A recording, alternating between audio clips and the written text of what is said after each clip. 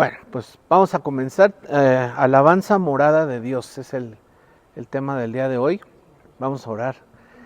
Señor, te doy muchas gracias porque tú eres Señor, Dios de todo, de toda la creación.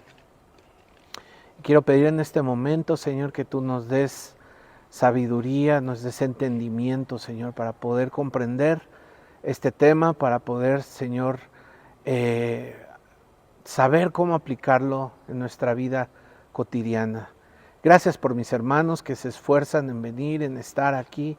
Padre, aquellos que no pueden estar, también pido, Señor, que puedan escuchar esta clase, puedan ser nutridos por ti, puedan recibir este mismo entendimiento y que juntos, como uno solo, podamos ir creciendo, podamos ir repasando estos temas y avanzar, Señor, avanzar en tu reino, avanzar en el llamado que tú has puesto en cada uno de nosotros. En el nombre de Jesús, amén.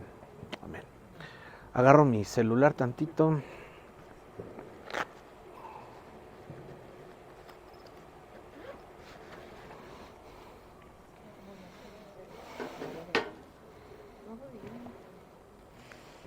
Bueno, la cita con la que voy a basar es Salmo 22:3.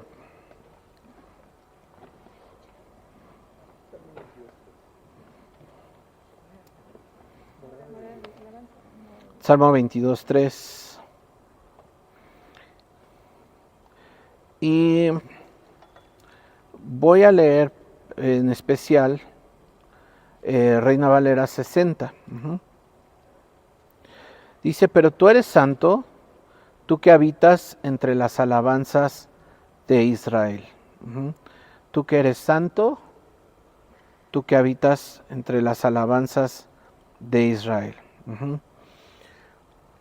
Si leemos la Nueva Versión Internacional, que es una traducción más reciente que ha utilizado técnicas más modernas de traducción. ¿Por qué? Porque la Nueva Versión Internacional utiliza no solo traducción, no solo los métodos tradicionales de traducción, sino que utiliza equipos multidisciplinarios. Eso es lo interesante, utilizan arqueólogos, sociólogos, utilizan lingüistas, en fin, utilizan un equipo multidisciplinario que ayuda a traducir el contexto correcto. Porque hay veces que pues, uno puede decir como mexicano, a un japonés, camarón que se duerme, se lo lleva a la corriente. Pues, tradúcele eso a un gringo o a un japonés, pues tradúcelo literal al inglés, ¿no? Shrimp that sleeps, current takes it away, ¿no? O sea, ¿qué va a decir el gringo? ¿Qué rayos, no? Entonces hay cosas que si no tienes el contexto, si no conoces la cultura, por ejemplo, si yo les hablo del sardinero, muchos no van a saber ni tienen la más remota idea de qué estoy hablando. Pero el sardinero era un supermercado cuando yo era chiquito, y había una que otra sucursal así en la ciudad. El sardinero, pues muchos de ustedes, ¿qué onda, no? ¿De qué me está hablando? Por eso el contexto es bien importante. El contexto histórico, el contexto arqueológico también te va a aportar evidencias, te va a aportar datos, en fin. Por eso es muy interesante la Nueva Versión Internacional, porque no solo se dedica a traducir, fíjense bien. A lo mejor me desvío un poquito del tema, pero es muy interesante esto. ¿Por qué se dice que José era carpintero? Pues porque el traductor, en Alemania, que hizo una de las primeras traducciones al inglés, pues dijo, no, pues el que construye las casas pues es el carpintero, ¿no? Y no es el mismo contexto el de Alemania del siglo XVII al contexto del tiempo de Jesús, en un lugar donde pues no hay madera. Ustedes bien saben que Salomón para construir el templo, pues tuvo que jalar madera de otros lugares, del Líbano. Ajá. Tuvo que ponerse de acuerdo con el rey Irán para traer madera, porque en Israel pues no hay. Ahora, si se ponen a estudiar bien el contexto, que es lo que les estoy diciendo, histórico, en el tiempo de Jesús, ¿qué estaba ocurriendo? ¿Qué estaban pasando en ese entonces? Bueno, estaban construyendo la zona de Decápolis. Ajá, Decápolis. Y si tú vas a Decápolis hoy en día y ves así 360 grados, no hay nada de madera, nada, nada. Lo que sí hay es mucha piedra. Uh-huh. Entonces, si nos remontamos al original griego, ajá, José era arquitectos. Ajá, esa es la palabra correcta en el griego. Era arquitectos. ¿A qué te suena? Pues arquitecto, ¿no? Posiblemente pues era parte del equipo de construcción. Ajá. Pero si ya te quieres así ver muy picudo y decir, su oficio era su oficio seguramente era pedrero, no carpintero, pedrero. Uh-huh. Y no sé si se han dado cuenta cómo luego hasta nos venden la idea de un pesebre de madera y así llenito de paja. Así no eran los pesebres en ese entonces. Eran unas cosas así de altas, de piedra. De piedra, ajá. O sea, nada que ver con lo que luego nos meten en la cabeza, ¿no? Entonces, por eso muy importante las versiones que están surgiendo hoy en día, porque nos aportan una traducción más confiable. Además de que están usando textos más antiguos, ¿no? Más antiguos y más completos. Entonces, si leemos la Nueva Versión Internacional, dice, pero tú eres santo y te sientas en tu trono, punto y coma, habitas en la alabanza de Israel. Otras versiones ya han difuminado o han hecho a un lado esa frase que es muy importante. Habitas en la alabanza. Ajá. Entonces, fíjense que el anhelo de Dios desde siempre ha sido habitar en medio de nosotros. Ajá. Desde el Edén. ¿Dónde estaba el Señor? No estaba lejos del Edén. Dice que su voz, dice Génesis 3:8, que su voz se paseaba al aire del día. O sea, qué interesante, su voz estaba ahí presente, comunicándose con Adán y Eva. Ajá. Y fíjense que la comunicación es la base de una relación. Si no hay comunicación, no hay relación. Entonces, al haber comunicación, eso nos da a entender que había una relación estrecha con el hombre. Y esto lo ha dejado plasmado el Señor desde siempre. Uh-huh. Si nos vamos más adelante en Levítico capítulo 26, Levítico capítulo 26, vamos a leer el verso 11 y 12. Voy a estar usando Nueva Versión Internacional. Estableceré mi morada en medio de ustedes y no los aborreceré. Caminaré entre ustedes. ¿Dónde? Caminaré en medio de nosotros. ¿Ah? Yo seré su Dios y ustedes serán mi pueblo. Ahora, esa palabra pueblo, entiéndase familia. Ajá. Ustedes serán mi familia. Entonces, Él quiere ser algo tan cercano que quiere habitar entre nosotros, con nosotros y caminar entre nosotros. Ajá. Él no habla de ser un Dios lejano, no habla de ser un Dios pues de que de repente se acuerda de nosotros. No, Él quiere habitar entre nosotros. Apocalipsis capítulo 7, versículo 15. Apocalipsis capítulo 7, versículo 15. Dice, por eso están delante del trono de Dios y día y noche les sirven en su templo. El que está sentado en el trono les dará refugio en su presencia. En su presencia. Entonces eso nos habla otra vez de cercanía, nos habla de que Él quiere estar con nosotros. Y dice que nosotros le estaremos sirviendo día y noche en su templo. En Reina Valera 60 dice, en la segunda parte, y el que está sentado sobre el trono extenderá su tabernáculo. Extenderá su tabernáculo. ¿Qué quiere decir esto? Extenderá su habitación. Su habitación. ¿Dónde nos quiere? En su habitación. Ahora, si nos vamos un poco más adelante en Apocalipsis 21, verso 3. Apocalipsis 21, verso 3. Dice, y oí una potente voz que provenía del trono y salía, y decía, aquí entre los seres humanos está el santuario de Dios. ¿Dónde?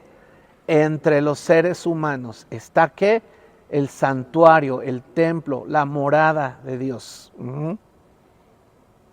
Él habitará en medio de ellos. Fíjense cómo ni siquiera utiliza la palabra Él habitará arriba de ellos, no.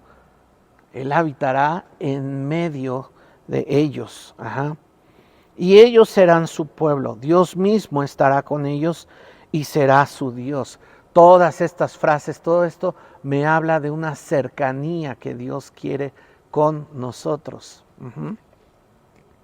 Bueno, ahora para todo esto yo quiero que entendamos también un poquito el contexto de Sión. Sión. Porque es una palabra que se utiliza mucho, sobre todo en el libro de los Salmos, en el libro de Samuel también, Sión. Sión es conocido, por ejemplo, en Isaías capítulo 2, verso 3, Isaías 2, 3, no lo voy a leer, pero se le conoce como el monte del Señor. Tiene varios nombres en la palabra, en la escritura. Segundo libro de Samuel, capítulo 5, verso 7. Repito, segundo libro de Samuel, capítulo 5, verso 7, se le conoce como la ciudad de David también, el monte de Sión. En el Salmo 48, versículo 2, Salmo 48, versículo 2, se le menciona como la ciudad del gran rey. Se le menciona de esa forma. Ahora, la escritura que sí vamos a leer es la que está en el Salmo 132, Salmo 132, versículos 13 y 14. Y qué interesante lo que dice aquí. Dice, el Señor ha escogido a Sión. Su deseo es hacer de este monte su morada. En otras versiones dice su habitación. Este será para siempre mi lugar de reposo. Este será para siempre. No dice momentáneamente o en lo que encuentro, a ver si me gusta más Cancún o las cataratas del Niágara, ¿no? No, dice, este será para siempre el lugar de mi reposo. Aquí pondré mi trono porque así lo deseo. Así lo deseo. Ahora, yo cuando visité físicamente el monte de Sión, la verdad, casi, o sea, lloré de la emoción.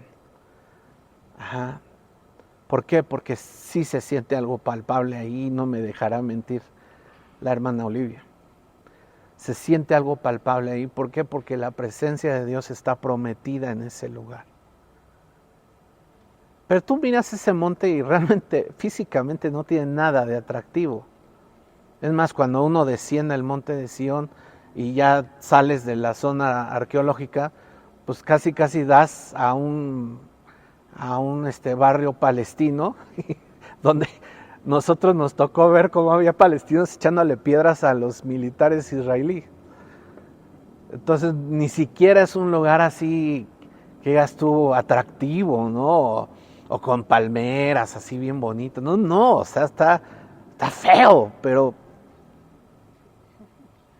ese es el lugar que el Señor escogió como su habitación para siempre, dice la Escritura. Entonces, vamos a ir viendo qué es lo que en realidad significa Sión.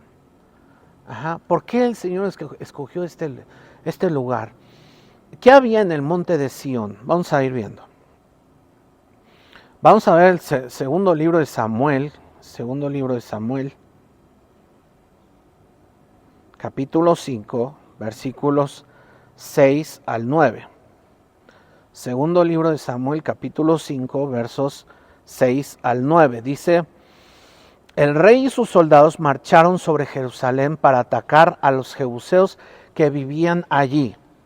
Los jebuseos, pensando que David no podría entrar en la ciudad, dijeron a David: aquí no entrarás, para ponerte en retirada, nos bastan los ciegos y los cojos.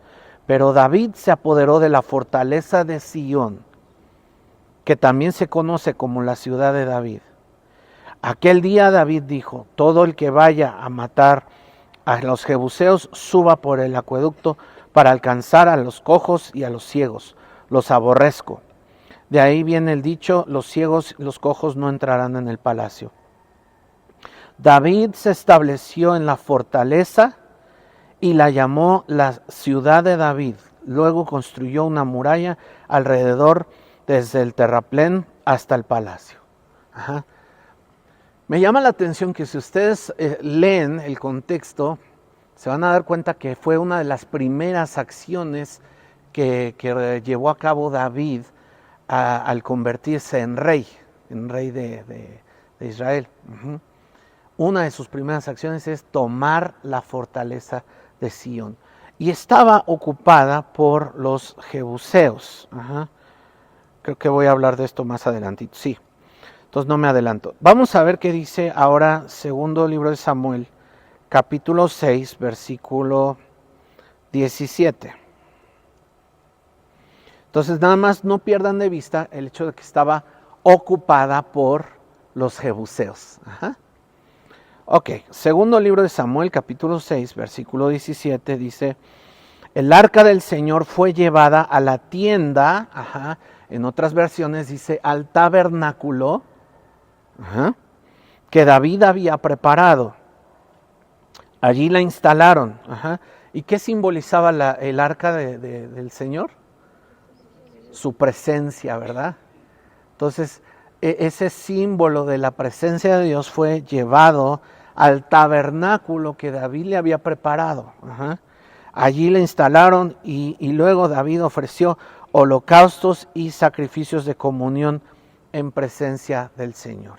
Ofreció sacrificios. Vamos al primer libro de Crónicas. Entonces, número 2, David pone en el monte de Sión el arca. El arca. Ya no lo pone en este modelo que se conocía como el tabernáculo de Moisés. Ahora hay un nuevo tabernáculo,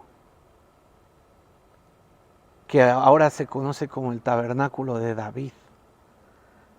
Y en ese tabernáculo que David preparó, ahí puso el arca. Ahora, ¿qué dice? Primer libro de Crónicas, capítulo 15, versículo 1.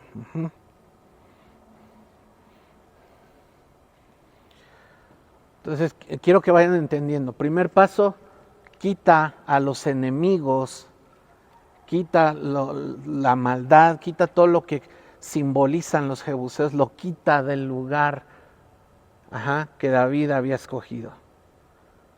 Y pone ahí la presencia de Dios, número 2. Ahora, primer de Crónicas, primer libro de Crónicas, capítulo 15, verso 1. David construyó para sí casas en la ciudad de David, dispuso un lugar para el arca de Dios y levantó una tienda para ella. ¿Recuerdan ese canto que dice, harás mi morada junto a tu presencia, para deleitarme solo en ti? ¿Por qué? Porque David quería estar cerca de la presencia de Dios. Entonces, número 3, pone ahí su casa. David construye su palacio junto a la presencia de Dios. Interesante, ¿no? Continuamos. Eso fue el punto número 3. Continuamos. Ahora un capítulo adelante, primer libro de Crónicas, capítulo 16, versículo 4. Dice, David puso algunos levitas a cargo del arca del Señor para que ministraran, dieran gracias y alabaran al Señor Dios de Israel. En otras versiones dice para recordar, para confesar y loar. Para recordar, ¿a quién vamos a recordar? Al pueblo que de repente se le olvida quién es Dios. Al pueblo que ya ha conocido, pero que hay que estarle recordando. Recordando sus maravillas, recordando lo que Dios ha hecho por ti. Que de repente se nos olvida. Confesándole a quién, confesándole al que no conoce. Confesando al que tiene que saber. Por eso que la alabanza se externa, se confiesa con los labios. Para que también el que no sabe, escuche. Y hace una semana repasaba con Lupita. Lupita fue una de las personas alcanzadas durante el tiempo de alabanza. No hubo necesidad que alguien le predicara. El Señor fue obrando en su vida, en su corazón, a través de lo que ocurría en la alabanza. Esas letras que seguramente llegaban a tu corazón y esa presencia que comenzaba a moverse en tu corazón. Y así mucha gente, yo he escuchado testimonios de mucha gente que dice, ay, ese canto habló a mi vida. Entonces estamos nosotros delante de la presencia del Señor para recordar, para confesar y para loar, para alabar, para glorificar, para exaltar. En esta versión, nueva versión internacional, dice así, de esta manera, para ministrar, para dar gracias y alabar al Señor Dios de Israel. Entonces, número 4, David instala ministros, ministros que estén continuamente haciendo esto. Entonces, cuando hablamos del tabernáculo de David, también estamos hablando de un modelo de alabanza, adoración continua. Porque incluso hay un versículo complementario, primer libro de Crónicas 16:37, primer libro de Crónicas 16:37, que dice, David dejó el arca del pacto del Señor al cuidado de Asaf, o sea, sí, lo que ordenó Moisés lo dejó en Gabaón. Ahí lo dejó. Pero el arca la trasladó a Sión. Digamos que el elemento más importante lo trasladó a Sión. Vuelvo a leer. David dejó el arca del pacto del Señor al cuidado de Asaf y sus hermanos para que sirvieran continuamente delante de ella, de acuerdo con el ritual diario. Entonces asigna ministros con sus instrumentos, porque eso también lo menciona la palabra de Dios, con címbalos, con salterios, con arpas, para alabar y para profetizar también, dice en otra parte de la Escritura, para profetizar con sus instrumentos. Entonces esta palabra nos habla de que era algo que se instaló y que iba a funcionar de manera continua, delante de ella, de acuerdo al ritual diario. Y de acuerdo, esto también en otras versiones dice, de acuerdo a los turnos que habían sido establecidos. Ajá. Porque servían por sus turnos. Uh-huh. Cada cosa en su día, dicen otras versiones. Ahora, leamos el versículo 39. Nada más para afirmar lo que les estaba diciendo hace ratito. Asimismo, al sacerdote Sadoc y a los sacerdotes, sus hermanos, delante del tabernáculo del Señor, en el lugar alto que estaba en Gabaón. Entonces, en Gabaón se queda el modelo antiguo, el tabernáculo de Moisés, ajá, que ese también lo vamos a estudiar el próximo mes a detalle, con cada uno de sus simbolismos, ajá, y qué tiene que ver con nuestro llamado. Eso lo respetó David, no lo borró del todo, pero vemos que surge un nuevo modelo. Un nuevo modelo donde, fíjense, ¿qué está en el centro? Está el arca, ajá, que representa la presencia de Dios. Y alrededor de esa arca, ¿qué hay? Alabanza. Hay ministros, ajá, profetizando, hay ministros alabando, hay ministros levantando acciones de gracias, hay ministros recordando, confesando. Eso es lo que hay alrededor del arca. Ese es el nuevo modelo del cual habla Amós capítulo 9, el tabernáculo de David. Es interesante ver cómo en Israel hoy en día están surgiendo casas de adoración continua. Y no solo en Israel, sino en otras partes del mundo. E incluso en lugares donde hay persecución, ¿no? Me sorprende saber que hay muchas casas, muchos tabernáculos de David en Turquía, donde no hay libertad, no hay mucha libertad de creencia.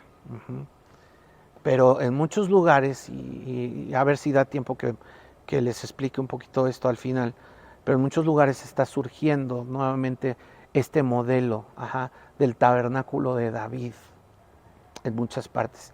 Y si ustedes llegan a hacer el viaje a Israel, seguramente tendrán la oportunidad que cuando desciendan del huerto de Getsemaní, seguramente tendrán la oportunidad de visitar Sucat Jalel, que es uno de los tabernáculos que está ahí 24/7. ¿Dónde estaba físicamente ubicado Sion? Sion está en una cordillera donde está el monte Moriah, y el monte Moriah es donde se construye el templo, el templo de Salomón, y el templo de Herodes, si no me equivoco. Y en esa misma sección, más hacia acá, sobre esa cordillera de montes, lomitas, está el monte de Sión, muy cerca, muy cerca. En el monte de Moriah también hay evidencias de que ahí fue el lugar donde el Señor pidió que Abraham sacrificara a su hijo Isaac. Los árabes lo han distorsionado y ellos dicen que ahí es el lugar donde Alá le pide a Abraham sacrificar a Ismael. Fíjense cómo siempre el enemigo va a querer apostarse encima de lo que le pertenece y le corresponde al Señor. Siempre. ¿Por qué? Porque aún eso fue el pretexto de su caída. Eso fue el motivo de su despido del cielo. Porque quiso la alabanza para sí. Entonces fíjense qué atrevimiento tiene el enemigo de incluso querer apostarse encima de esos lugares donde el Señor hizo cosas muy simbólicas para nosotros. Bueno, el caso es que muy cerca de ahí, de esos lugares importantes, está el monte de Sión. Está el monte de Sión. Y ahí David establece su palacio, o sea, su lugar de habitación, establece su cuartel general. Fue un lugar estratégico militarmente. Y si esto lo llevan también al ámbito espiritual, vean, Es un lugar donde también se libran batallas espirituales. Es un lugar en la presencia de Dios, es donde se va a gestar esa y se va a librar esa batalla espiritual. En ese lugar también establece su palacio de gobierno. Vean cómo las principales áreas de gobierno se establecen ahí. ¿Dónde? En torno a la presencia de Dios. En torno a ese tabernáculo, esa tienda que David puso para el Señor. Ahora, volvamos un poquito al primer paso. ¿Qué fue lo primero que hizo David? De sus primeras acciones al convertirse en rey. Toma la fortaleza de Sión. Pero esa fortaleza de Sión estaba ocupada por los jebuseos. Los jebuseos son parientes de los cananeos. Los jebuseos y todos esos familiares, los gergeseos, heteos, heveos, todos ellos son pollitos de la misma gallina, ¿no? Y todos ellos tienen estas creencias abominables, ¿no? Creen en Baal. ¿Quién es Baal? Baal es un rey que para convertirse en rey mató a su propio padre. O sea, es un asesino de entrada. ¿Quién es Baal? Es un personaje lujurioso, volcado completamente a la inmoralidad sexual. Es un hombre sanguinario. Esa es la figura de Baal. ¿Quién más es Baal? Baal se casa con sus hermanas. Eso no está permitido por la palabra de Dios. Eso se llama incesto. Pero se casa con sus hermanas. Se casa con Anat, se casa con Aserá, se casa con Astoret. Y estas son figuras abominables ante los ojos de Dios. ¿Por qué? Una de ellas, nada más y nada menos, le decían de cariño la prostituta sagrada.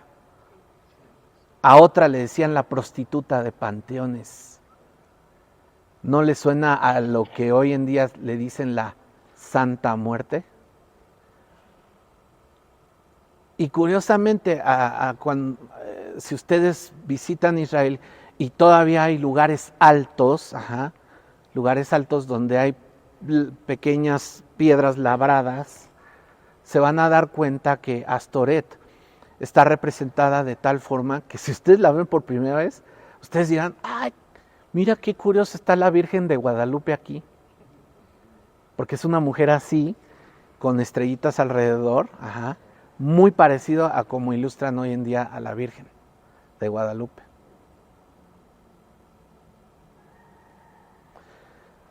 En fin, hay muchas coincidencias con el culto religioso predominante hoy en día.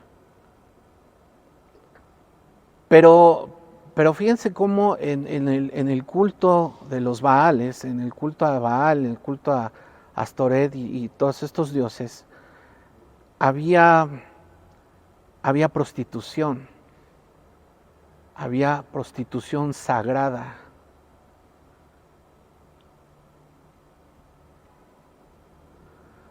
Y esto me recuerda mucho los tiempos que estamos viviendo. Porque hoy lo que está fuera de control es la inmoralidad sexual.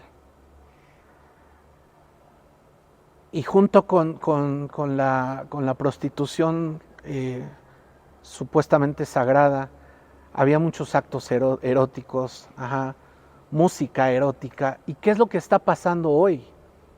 Justo eso.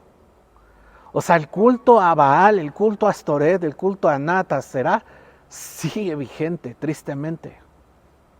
Sigue vigente en la música, sigue vigente en los medios, sigue vigente en la cultura narcosatánica. Y todo eso del aborto, esos son sacrificios a Quemos, esos dioses falsos. ¿Por qué? Porque había que entregar bebés. Todo esto sigue vivito, sigue muy vivo en nuestros tiempos. Y fíjense bien cómo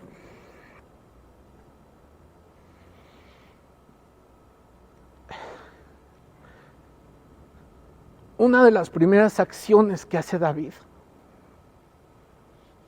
es limpiar el lugar donde va a estar la presencia del Señor.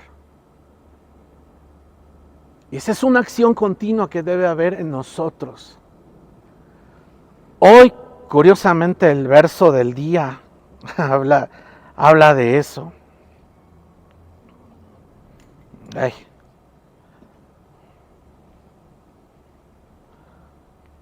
Sean ustedes santos porque yo, el Señor, soy santo y los he distinguido entre las demás naciones.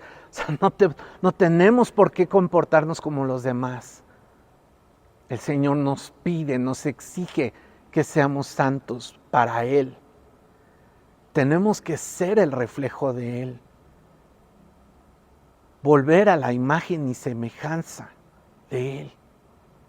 Él es santo y quiere un pueblo santo.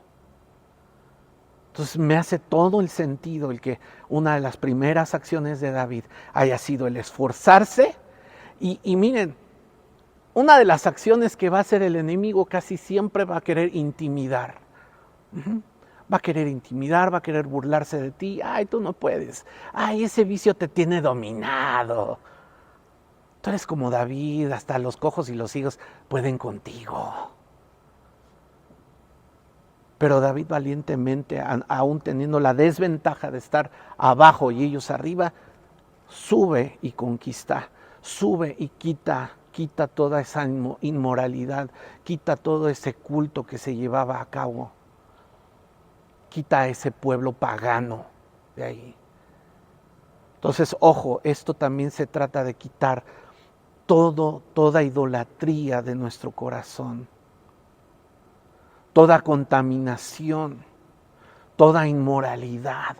Sean santos porque el Señor nuestro Dios es santo.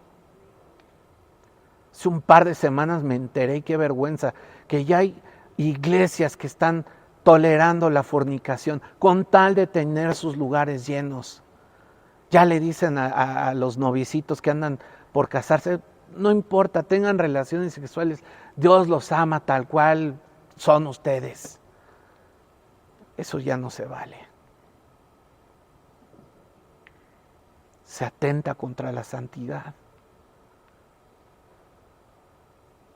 Se da rienda suelta a la fornicación. Y poco a poco, como muchos reyes en el Antiguo Testamento, que hicieron lo que agrada al Señor, hicieron conforme al ejemplo de David su padre, de David su antepasado, pero no quitaron los lugares altos, no quitaron los lugares paganos.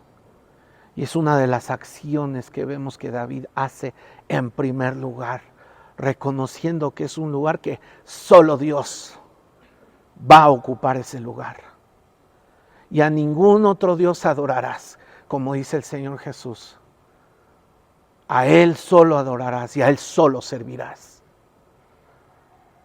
Tomado de Deuteronomio capítulo 10, verso 16.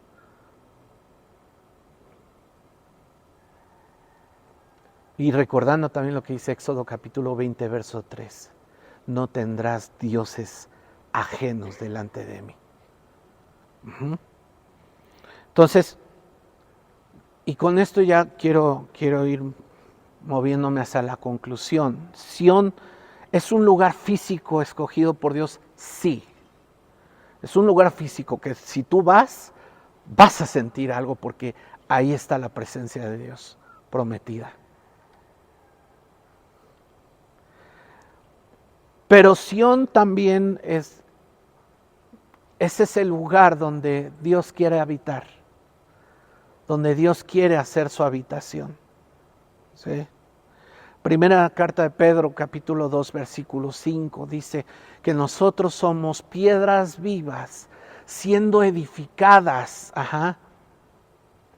como una casa espiritual, ya no es una casa física, sino una casa espiritual, donde nosotros también vamos a ejercer ese real sacerdocio, el cual habla el verso 9. Real sacerdocio, linaje escogido, pueblo santo, adquirido por Dios. ¿Para qué? Para anunciar, fíjense cómo está claramente establecido eso. Esa alabanza para anunciar las virtudes de aquel que nos llamó de las tinieblas a su luz admirable. O sea, una de nuestras tareas principales al estar en Sión es anunciar, proclamar, confesar. Por eso el libro de Hebreos no se equivocó al decir que la alabanza es fruto de labios que confiesan su nombre, que confiesan quién es Dios, el poderoso, el santo de Israel, nuestro sanador, nuestro protector, nuestro libertador, nuestro proveedor. Él se ha de manifestar de muchas formas en tu vida y lo vas a conocer de muchas formas. Pero date cuenta que entonces Sión ya no nada más es un lugar geográficamente ahí en Jerusalén.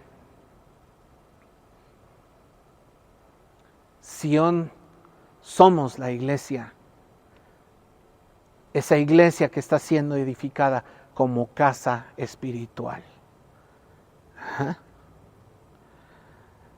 Pero Sión también eres tú.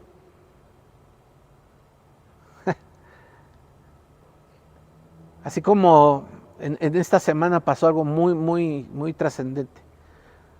Fue atacada la embajada de México en Ecuador. Y pues eso viola el derecho internacional. ¿Por qué? Porque ese lugarcito pues, le pertenece a México, ¿no? Y asaltaron, literalmente se puede decir que asaltaron territorio mexicano. Entonces eso puede llevar a una declaratoria de guerra, ¿sí o no, Josué? Puede llevar a una declaratoria de guerra. ¿Por qué? Porque se invadió suelo mexicano, aunque está en otro país. Pero, ¿por qué menciono esto? Porque tú eres una embajada aquí en la tierra del cielo. ¿O acaso ignoran lo que dice primera carta de los Corintios 6:19, que nosotros somos templo del Espíritu Santo? Y me encanta el contexto porque dice qué relación tiene las tinieblas con la luz. Como diciendo, no tienen por qué mezclarse, no tienen por qué combinarse, no tienen por qué contaminarse con las obras de la carne. Ustedes son templo del Espíritu Santo. Y segunda de Corintios capítulo 6, verso 16, también lo dice. Dice que nosotros somos templo del Dios viviente. Lo vuelve a enfatizar el apóstol Pablo. Somos templo del Dios viviente. Entonces, eso encaja como cuando tú vemos que pasa la gente aquí al frente, ¿no? Y dice el predicador, abre la puerta de tu corazón. Jesús está llamando a la puerta. Déjalo entrar. Y es que el Señor quiere entrar y habitar en tu corazón. Dice el libro de Proverbios en capítulo 3, dame, hijo mío, tu corazón. Déjame entrar a tu corazón. ¿Dónde hemos estado leyendo? ¿Dónde quiere habitar el Señor? Entre nosotros, con nosotros, en nosotros. O sea que tú eres un pedacito de Sión.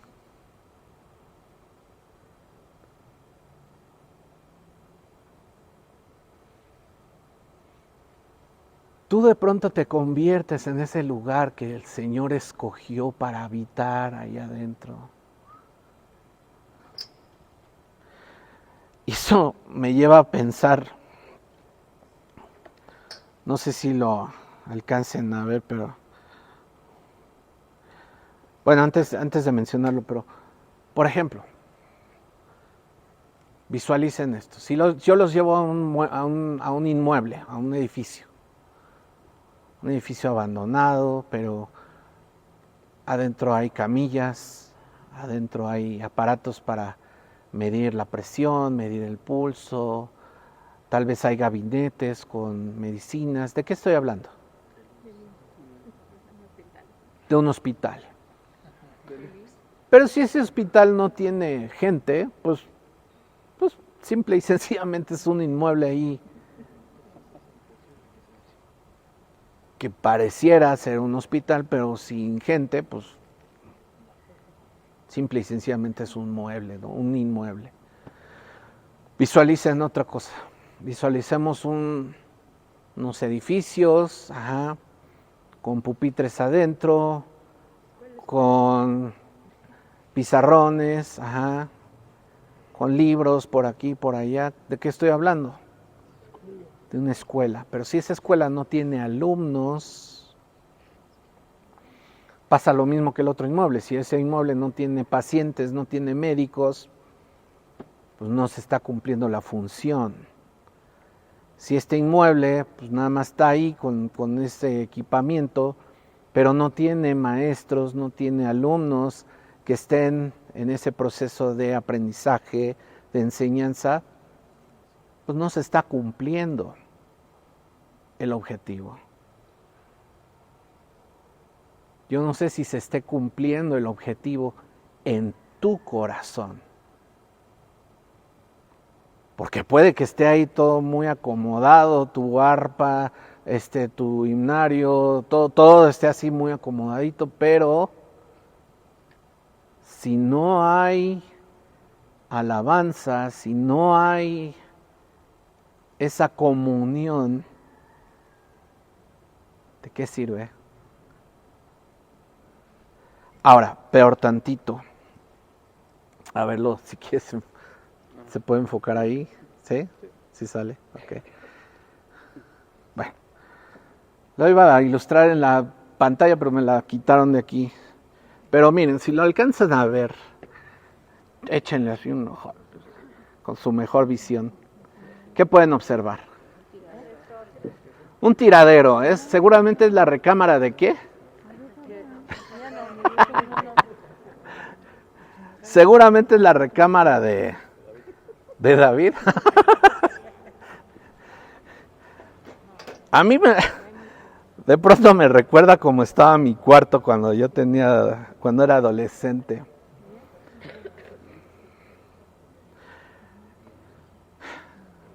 Y mi mamá de pronto nos decía a mi hermano y a mí, porque compartíamos el cuarto, me decía, recojan su cuarto, está muy tirado. Uh-huh.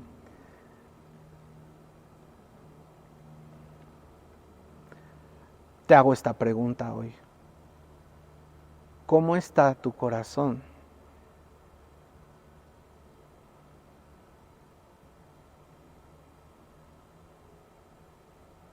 Hoy me agarraron las prisas y ya no pude tender mi cama, pero justo hoy que iba a dar esta clase, dije, hoy si fuera tu habitación, Señor, pues sí, me regreso a tender la cama. Pero ¿cómo está nuestra habitación? ¿Por qué? Porque somos un pedacito de Sión donde Dios quiere habitar.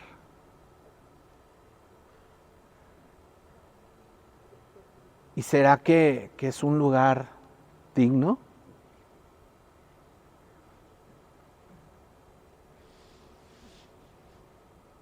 ¿Será que es un lugar donde el rey puede estar?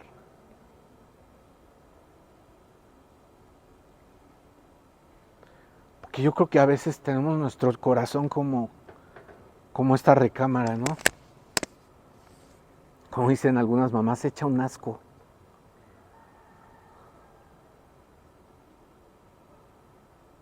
Calcetines por aquí, zapatos por allá, ropa tirada por todos lados, libros por aquí, por allá, en fin, o sea, ¿cómo está nuestro corazón? Porque Dios primeramente quiere habitar ahí. Y ahí es donde tiene que surgir primeramente ese tabernáculo de David. Ahí es donde vas a establecer ese lugar santo para el Señor. Ahí es donde debemos establecer el arca del Señor. Como dice el Salmo 132, este lugar lo he escogido para mí. ¿Qué dice el Señor acerca de ti? Mío eres tú.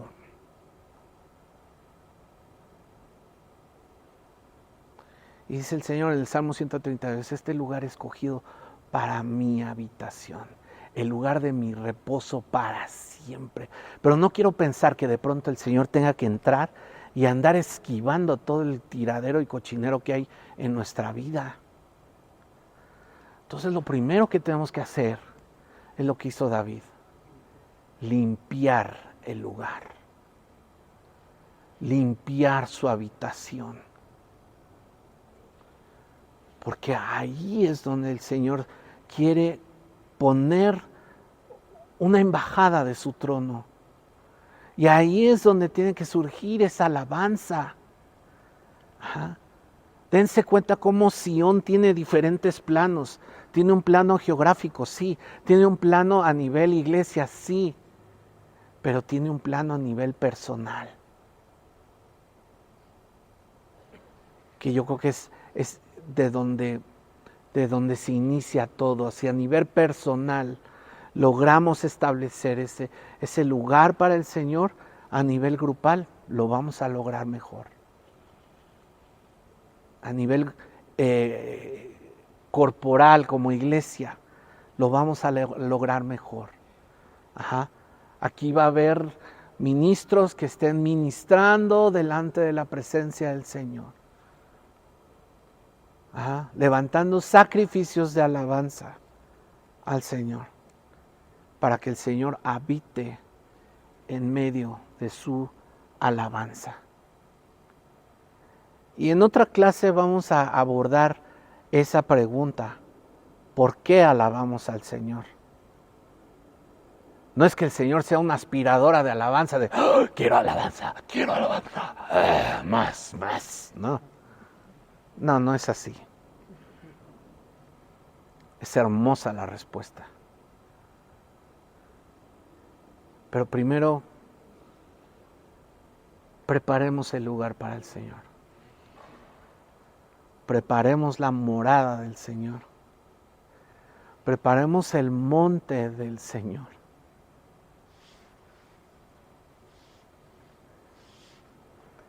El monte de Sión.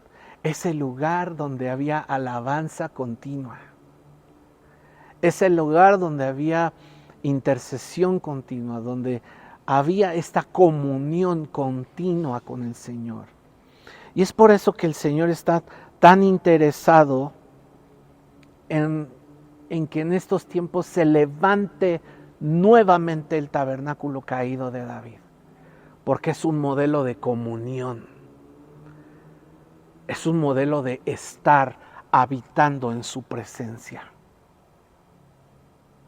Es un modelo donde hay alabanza continua. ¿Qué dice el Salmo 34, verso 1?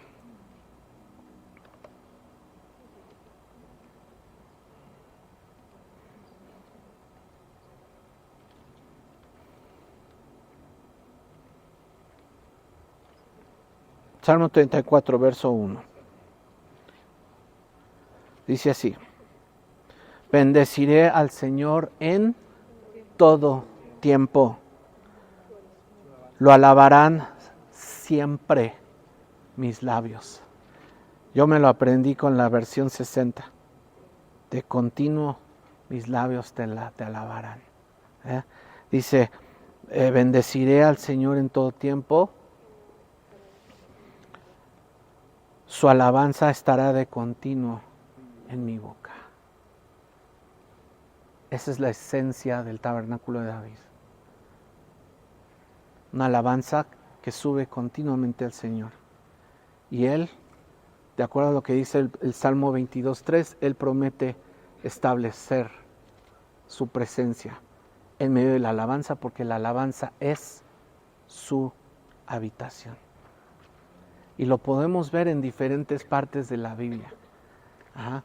Cuando nos asomamos a ver en el libro de Apocalipsis, ¿qué vemos? Vemos el trono en medio y alrededor miles de millones que están alabando al Señor.